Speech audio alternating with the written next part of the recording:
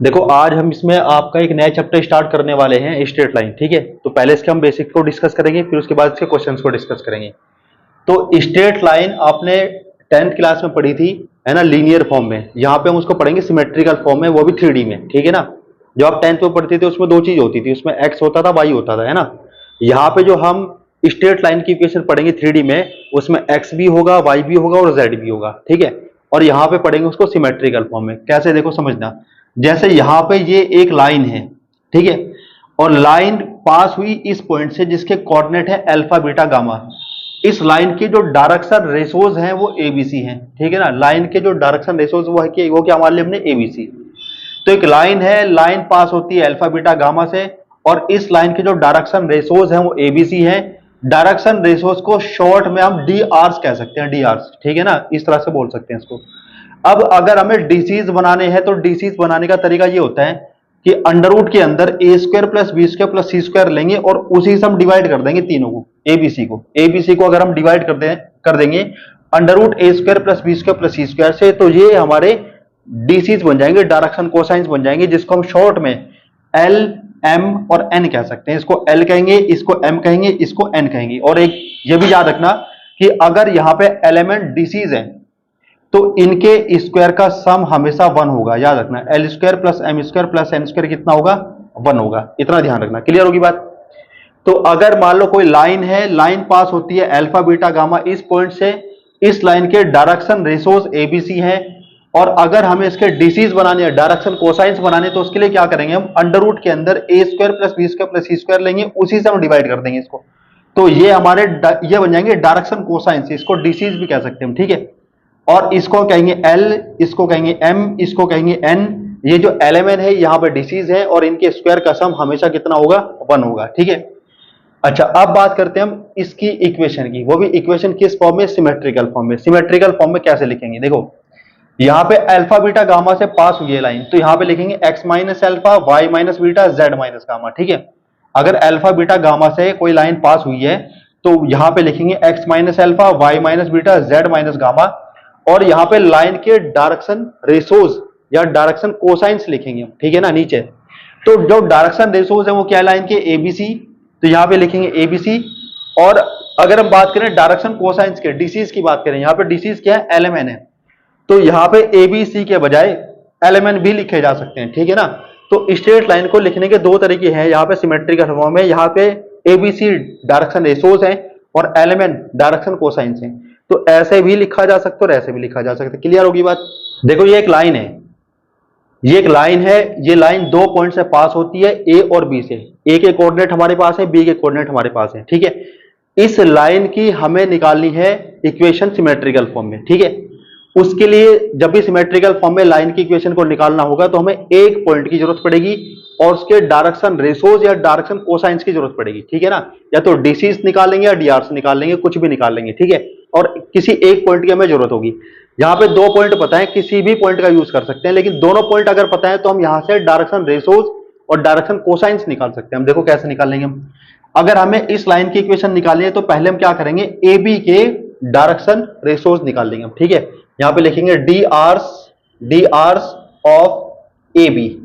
अगर A B के direction ratios निकालने तो याद रखना, अगर मैंने ए बी लिखा तो आप बी में से ए को माइनस करोगे। यहां पे मैंने ए बी लिखा तो मैं बी में से ए को माइनस करके डायरेक्शन रेशोज निकाल लूंगा। वो क्या आएंगे यहां पे समझो, तो मुझे बी में से ए को माइनस करना है, यानी 2 - 1 करेंगे, यहाँ पे ये आएगा 2 - 1, और -1 में से इसको माइनस करेंगे, -1 - 2 आ जाएगा। ठीक है, इसमें से इसको माइनस करेंगे, ये आएगा 3 + 3। इसको सॉल्व करेंगे तो कितना आएगा, 1 माइनस का 3 और ये आएगा 6।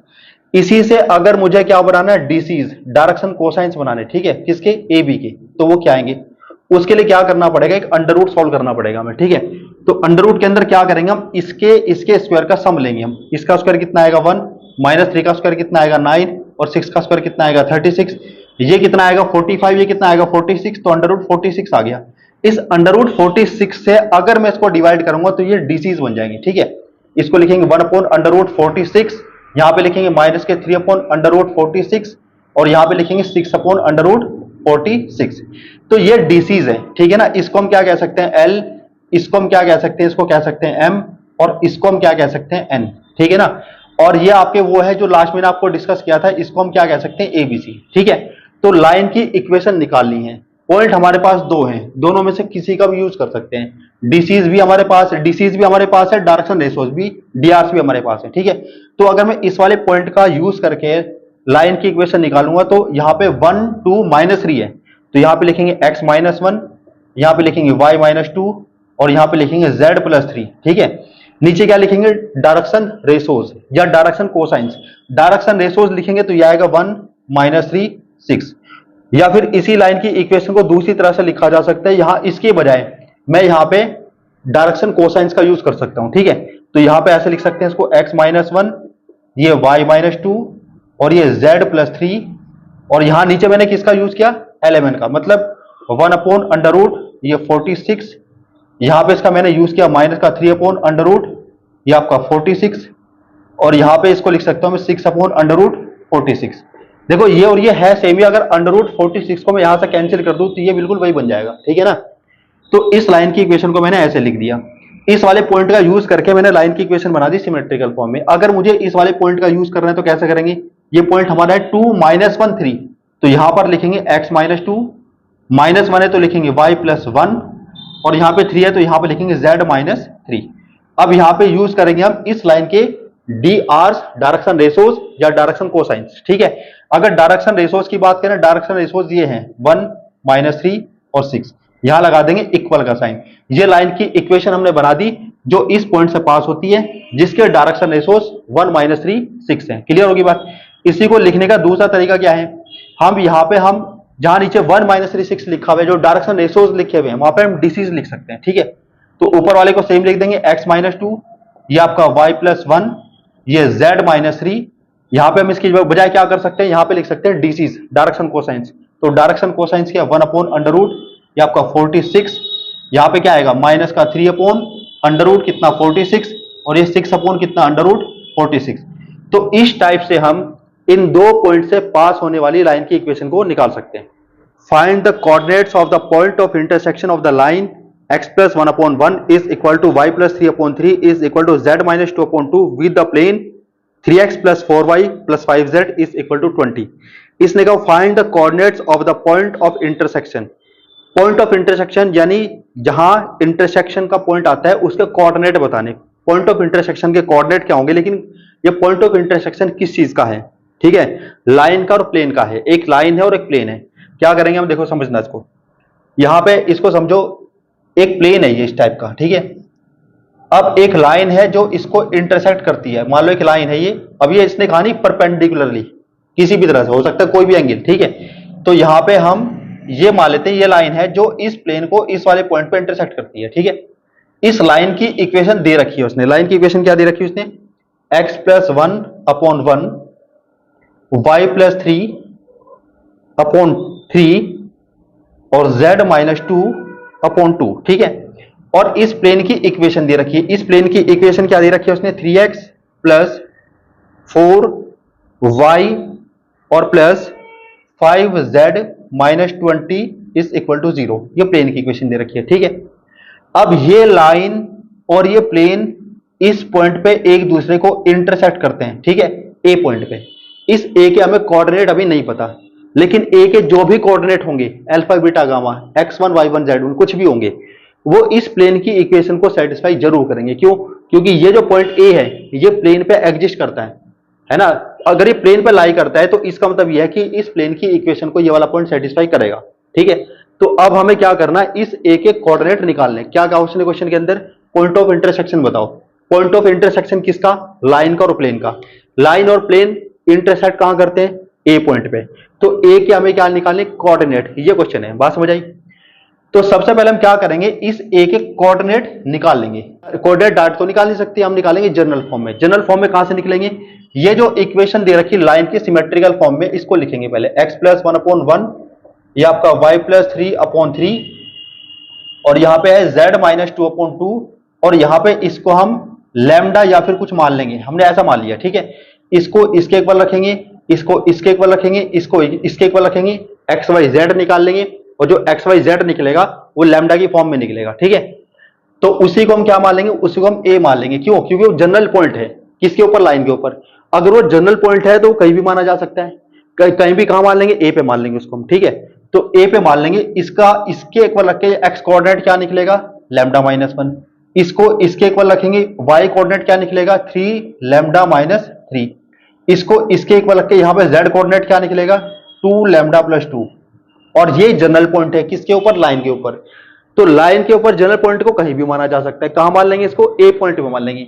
तो ए के कोऑर्डिनेट हमने जनरल फॉर्म में इस तरह से निकाल दिए। लेकिन ये जो ए पॉइंट है ये लाई करता है प्लेन के ऊपर, तो प्लेन की इक्वेशन को ही सेटिस्फाई करेगा। सेटिस्फाई करने का मतलब ये है कि एक्स को, वाई को, जेड को ये इसमें पुट कर देंगे, ठीक है। तो यहां पे लिखेंगे, देखो 3 एक्स को हमने क्या लिख दिया इसमें? Lambda minus 1। यहां पे 4 वाई है तो यहां पे लिखेंगे 4, और वाई कोऑर्डिनेट हमारा यहां पर कितने? 3 लैम्डा माइनस 3 और प्लस 5। यहां पे लिखेंगे जेड, जेड कोऑर्डिनेट हमारा कितना है यहाँ पे? 2 लैम्डा और plus 2 minus 20 is equal to कितना? 0। इसकी मल्टीप्लाई करेंगे, ये आएगा 3 लैम्डा माइनस 3, ये आएगा पर 12 लैम्डा माइनस कितना? 12, ये आएगा 10 लैम्डा और प्लस कितना? 10 माइनस 20 इज इक्वल टू कितना? 0। लैम्डा यहां पर है, यहां पर है, यहां पर है, ठीक है। तो इसको प्लस करेंगे, कितना आएगा? 22 और प्लस 3 कितना आएगा? 25 लैम्डा। अब माइनस का 3 माइनस का 12 कितना हो जाएगा? यह आ जाएगा माइनस का 15, माइनस का 15 और माइनस का 10 कितना हो गया? माइनस का 25 इज इक्वल टू कितना? 0। यहां से सॉल्व करके जो लैम्डा निकलेगा वो क्या निकलेगा? 1। अब लैम्डा की जो वैल्यू हमारे यहां पर निकली है उसको यहां पुट कर देंगे, ए के कोऑर्डिनेट निकल जाएंगे। तो क्या निकलेंगे? लैम्डा को 1 पुट कर दिया ना, तो 1 माइनस 1 कितना हो गया? 0। 3 माइनस 3 क्या हो गया? 0। और 2 प्लस 2 कितना हो गया? 4। तो यहां पे ए के ही हमें कोऑर्डिनेट निकालने थे। पॉइंट ऑफ इंटरसेक्शन उसने पूछ रखा था। पॉइंट ऑफ इंटरसेक्शन किसका? लाइन का और प्लेन का। तो ए जो पॉइंट ऑफ इंटरसेक्शन है उसके कोऑर्डिनेट हमारे क्या आएंगे? 0 0 4 आएंगे। अगर हमें चेक करना है कि हमारा आंसर ठीक है या गलत है तो एक काम कर सकते हैं, क्योंकि ये पॉइंट हमने कहां सपोज कर रखा है? प्लेन के ऊपर, तो प्लेन की इक्वेशन को सेटिस्फाई भी करना चाहिए। तो हम इसको अगर ऑप्शन से मान लो 4 ऑप्शन दे दिए और 4 ऑप्शन में ये वाला ऑप्शन है, इस वाले ऑप्शन को हमें चेक करना है, तो हम ये चेक करेंगे कि ये पॉइंट इस प्लेन की इक्वेशन को सेटिस्फाई करता है क्या, ठीक है ना। तो देखो चेक करके, एक्स को 0, वाई को 0 और जेड को 4 लिखना है हमें, ठीक है। एक्स को 0 रखेंगे 0 हो जाएगा, वाई को 0 रखेंगे 0 हो जाएगा, जेड को 4 लिखेंगे 20 हो जाएगा, और 20 माइनस 20 किसके इक्वल आएगा? 0 के। इसका मतलब ये जो पॉइंट ए है ये इस प्लेन की इक्वेशन को सेटिस्फाई करता है। इसका मतलब ये पॉइंट हमारा बिल्कुल ठीक निकला है। देखो नेक्स्ट क्वेश्चन ये है, show that the line joining the points A and B has equations x minus 2 upon 6 is equal to y plus 3 upon 2 is equal to z plus 1 upon 3। इसने कहा ए और बी दो पॉइंट से जाने वाली line की इक्वेशन ये proof करो, x minus 2 upon 6 is equal to y plus 3 upon 2 is equal to z plus 1 upon 3। दो पॉइंट से जाने वाली लाइन की इक्वेशन इसमें क्वेश्चन में दे रखी है, वो प्रूफ करनी है, ठीक है। एक तो वो है क्वेश्चन।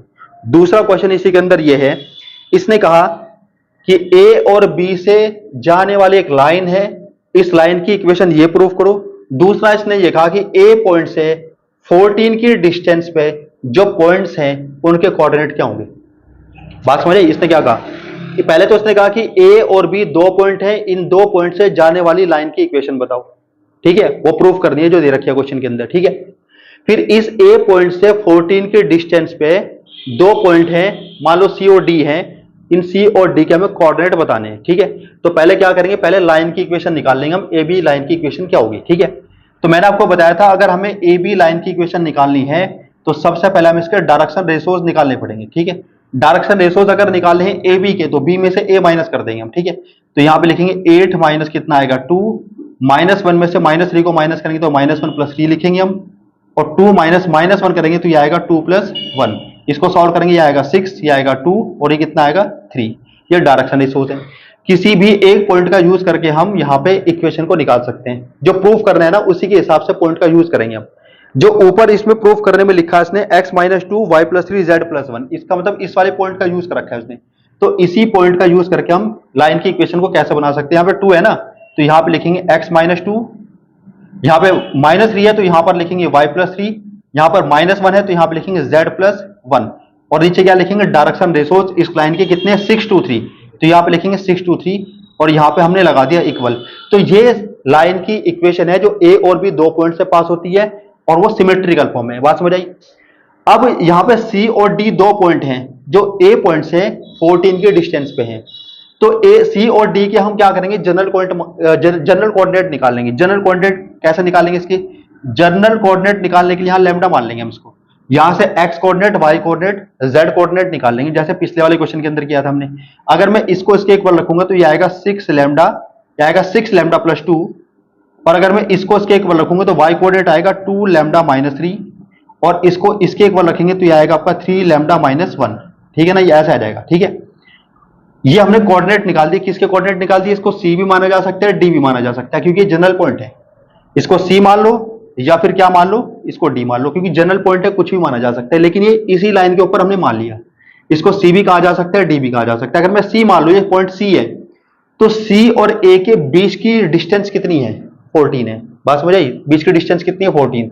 तो डिस्टेंस फॉर्मूला लगा दो, ए सी को हम कितना लेंगे, 14 लेंगे, क्योंकि इसने क्वेश्चन के अंदर क्या रखा है, ये डिस्टेंस कितनी है, 14 है। मैं सी भी ले सकता हूं, डी भी ले सकता हूं, डिस्टेंस दोनों में सेम है। ठीक है, तो अगर मैं यहां पे सी लेता हूं, ए सी, इसमें डिस्टेंस फॉर्मूला लगेगा, वो कैसे लगता है, इसके एक्स कोऑर्डिनेट में से इसके एक्स कोऑर्डिनेट को माइनस करेंगे हम।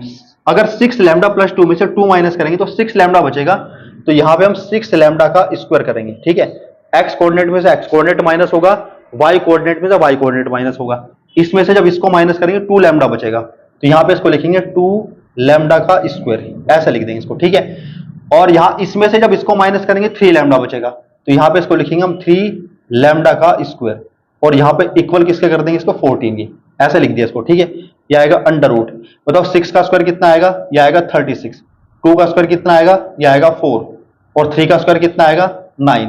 इसको प्लस करेंगे पूरा कितना आएगा 49। तो इसको हम सॉल्व करके लिख सकते हैं 49 lambda square is equal to कितना 14। इसको ऐसे लिख देंगे, यहां तक समझ आ गया। तो जब यहां से रूट हटेगा, अब लैम्डा का हमें ये क्लियर नहीं है कि वो निगेटिव है या पॉजिटिव है, लैम्डा का नहीं पता वो पॉजिटिव है निगेटिव है। तो 49 का रूट तो हम यहां पे लिख देंगे 7, लेकिन लैम्डा का स्क्वायर क्या आएगा, लैम्डा का स्क्वायर लिखेंगे मॉड लैम्डा। क्यों, क्योंकि लैम्डा का ये नहीं पता कि वो निगेटिव है या पॉजिटिव है। ठीक है, और यहां पे इक्वल किसके कर देंगे, इसके 14 की। 7 से इसको डिवाइड करेंगे तो यहां पे मॉड लैम्डा की वैल्यू निकलेगी 2, और अगर मॉड लैम्डा की वैल्यू 2 है तो यहां से लैम्डा की वैल्यू निकलेगी प्लस माइनस 2। तो लैम्डा की वैल्यू एक हमारे पास प्लस में निकली है और एक क्या निकली, माइनस में। तो अगर मैं यहां पे इसमें प्लस लिखूंगा तो एक कोऑर्डिनेट निकलेगा, उसको मैं सी भी कह सकता हूं, डी भी कह सकता हूं। अगर मैंने सी मान लिया तो माइनस रखने से डी निकलेगा। बात समझ आई। तो अगर मैंने यहां पे प्लस 2 रख के जो भी कोऑर्डिनेट निकला, अगर मैंने सी कह दिया उसको, तो माइनस 2 रखने से जो दूसरा कोऑर्डिनेट बनेगा वो डी बन जाएगा।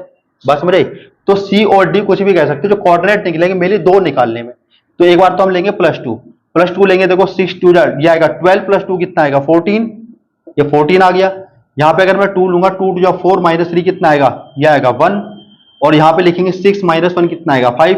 तो एक कोऑर्डिनेट तो हमने ये निकाल दिया, इसको सी हमने कह दिया, तो दूसरा डी निकलेगा। ठीक है, तो हम क्या करेंगे, लैम्डा को -2 लेंगे, -2 रखेंगे, माइनस का 12 और प्लस 2 कितना आएगा -10, माइनस का 2 यहां पे लेंगे, -4 -3 माइनस का कितना आएगा 7, -2 लेंगे तो माइनस का 6 और -1 कितना आएगा -7। बात समझ आई।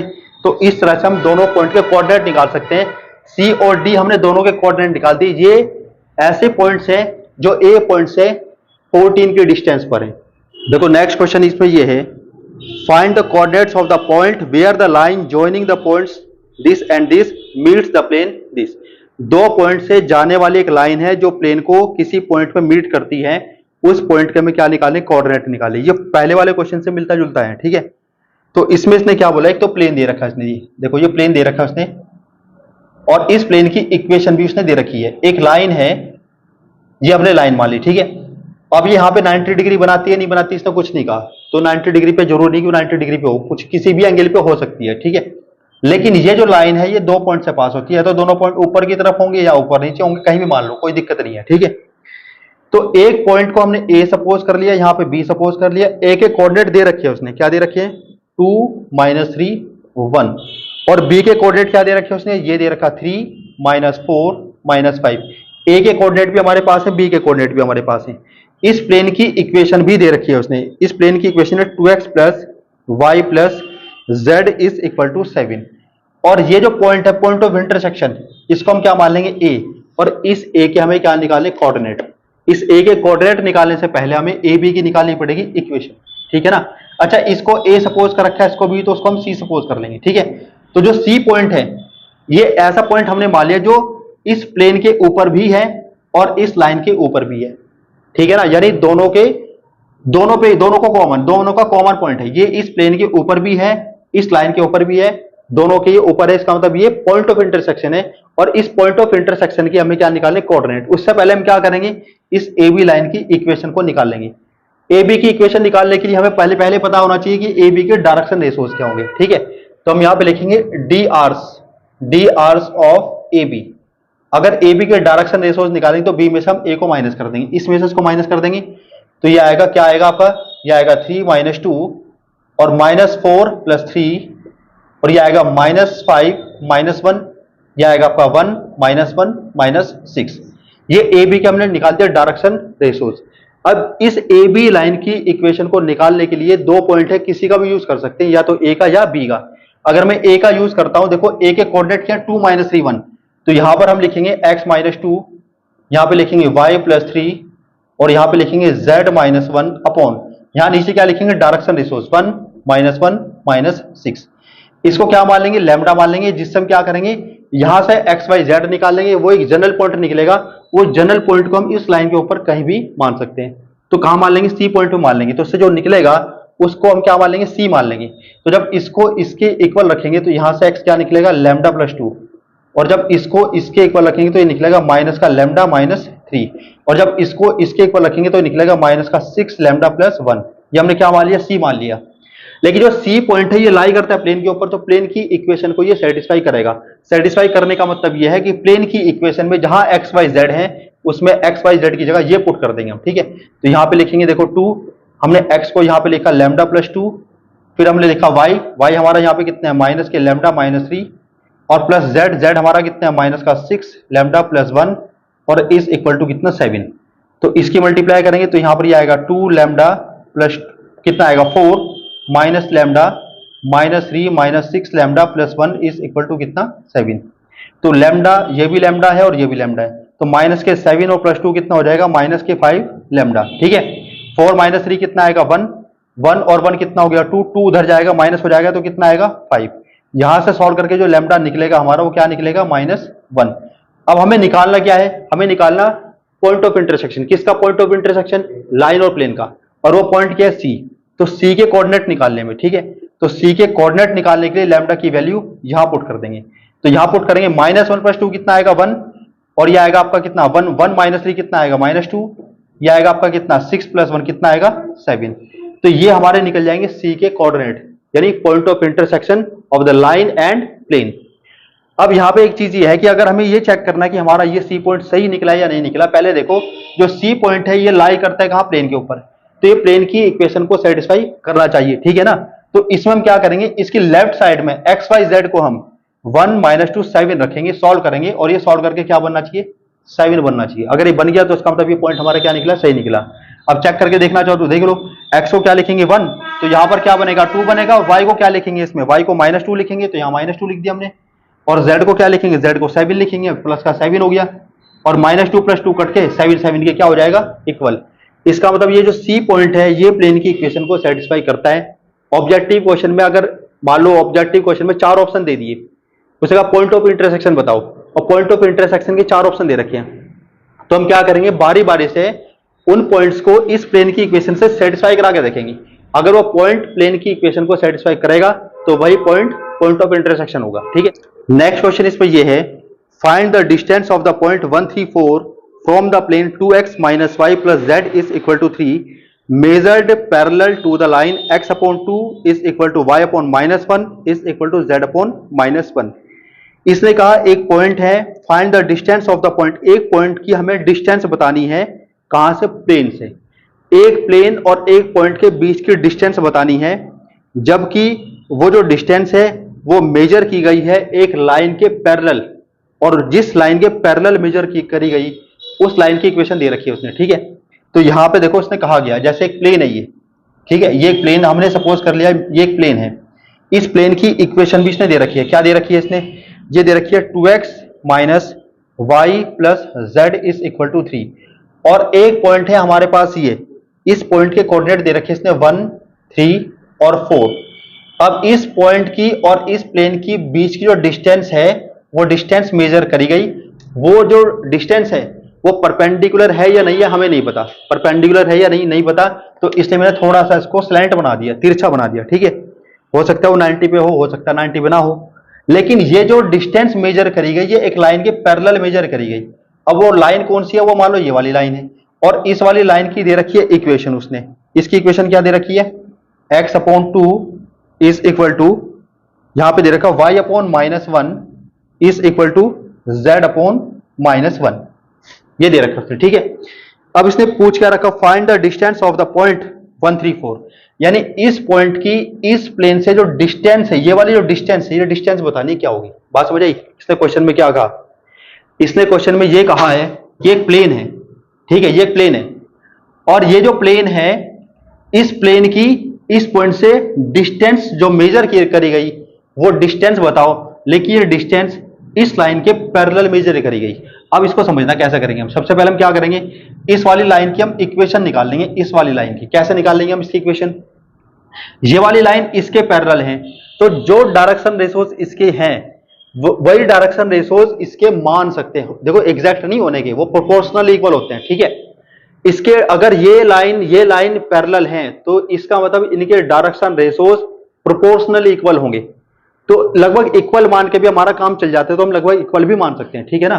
तो एक काम करते हैं, जो डायरेक्शन रेशोज इसके हैं वही डायरेक्शन रेशोज इसके भी मान लेते हैं, क्योंकि पैरेलल हैं, तो उसके क्या मान लेंगे हम, डायरेक्शन रेशोज 2 -1 -1, डायरेक्शन रेशोज ये लिखे होते हैं नीचे, तो जो डायरेक्शन रेशोज इसके हैं वही इसके हमने मान लिए। वैसे वो प्रोपोर्शनली इक्वल होते हैं, एग्जैक्ट इक्वल नहीं होते, लेकिन हमारा काम चल जाता है, कोई दिक्कत नहीं है, ठीक है ना। तो यहां पे देखो इसकी निकालनी इक्वेशन, इसको मान लेते हैं ए, इसको मान लेते हैं बी, तो ए बी की इक्वेशन हम निकालेंगे, देखो कैसे, इक्वेशन ऑफ ए बी। अब ए बी की इक्वेशन कैसे निकलेगी, इसके ऊपर एक पॉइंट हमें चाहिए, पॉइंट हमें पता है 134 है, तो यहां पे लिखेंगे हम x-1, यहां पे लिखेंगे y-3, यहां पे लिखेंगे z-4, नीचे क्या लिखेंगे, डायरेक्शन रेशोज, डायरेक्शन रेशोज क्या है 2 -1 -1। अब ये हमने लाइन की इक्वेशन निकाल दी किसकी, ए बी की। अब ए बी के ऊपर जो बी पॉइंट है, इस बी पॉइंट को मैं निकाल सकता हूं जनरल पॉइंट मान के, ठीक है ना। तो यहां पे हमने लैम्डा मान लिया, यहां से जो भी जनरल पॉइंट निकलेगा उस जनरल पॉइंट को ए बी के ऊपर कहीं भी माना जा सकता है, तो मैं कहां मान लूंगा उसको, बी को, ठीक है ना। तो यहां से बी के कोऑर्डिनेट निकल सकते हैं, तो इसको इसके इक्वल रखेंगे, यहां क्या निकलेगा, ये निकलेगा 2 λ+1, इसको इसके इक्वल रखेंगे तो ये निकलेगा माइनस के लैम्डा और प्लस कितना 3, इसको इसके इक्वल रखेंगे तो ये आएगा माइनस लैम्डा प्लस कितना आएगा 4। ये हमने बी के कोऑर्डिनेट निकाल दिए, लेकिन जो बी पॉइंट है वो लाई करता है प्लेन पे, अगर ये प्लेन पे लाई करता है तो प्लेन की इक्वेशन को सेटिस्फाई करेगा। तो यहां पे एक्स वाई जेड को हम यहां पर ये और ये पुट कर देंगे, ठीक है, इसमें पुट कर देंगे, तो ये आएगा 2 इंटू कितना 2 λ+1, ये आएगा माइनस का साइन चेंज करेंगे तो प्लस के लैम्डा -3 हो जाएगा, और z लिखेंगे तो माइनस λ+4, और यहां पर कितना है, ये 3 है तो यहां पे 3 लिख देंगे, ठीक है। Minus lambda plus lambda cut जाएगा, ठीक है, इसकी मल्टीप्लाई करेंगे तो कितना आएगा 4 लैम्डा प्लस कितना 2, यहां पर कितना -3 + 4, ये आएगा +1 इज इक्वल टू कितना 3। देखो 2 + 1 3 और 3 कट के कितना हो जाएगा 0, तो लैम्डा कितना आएगा 0, लैम्डा हमारा कितना आ गया 0। अब समझो उस चीज को, अगर यहां पे मैं लैम्डा की वैल्यू यहां पुट करता हूं तो बी के कोऑर्डिनेट निकलेंगे, अब लैम्डा को पुट करो यहां, ये 0 हो जाएगा, तो ये आएगा 1 3 और कितना आएगा 4, ये आएगा 1 3 और ये 4, तो बी के कोऑर्डिनेट क्या निकले 1 3 4। अब एक चीज समझो, ए के कोऑर्डिनेट भी 1 3 4 है और बी के कोऑर्डिनेट भी 1 3 4 है, इसका मतलब ये दो पॉइंट डिफरेंट नहीं है, ये एक ही पॉइंट है, एक ही पॉइंट के कोऑर्डिनेट है, ठीक है ना। अगर ये एक ही पॉइंट के कोऑर्डिनेट हैं तो इनके बीच में डिस्टेंस क्या होगी फिर 0, इसका मतलब जो डिस्टेंस इसने पूछ रखी है वो यहां पर 0 होगी।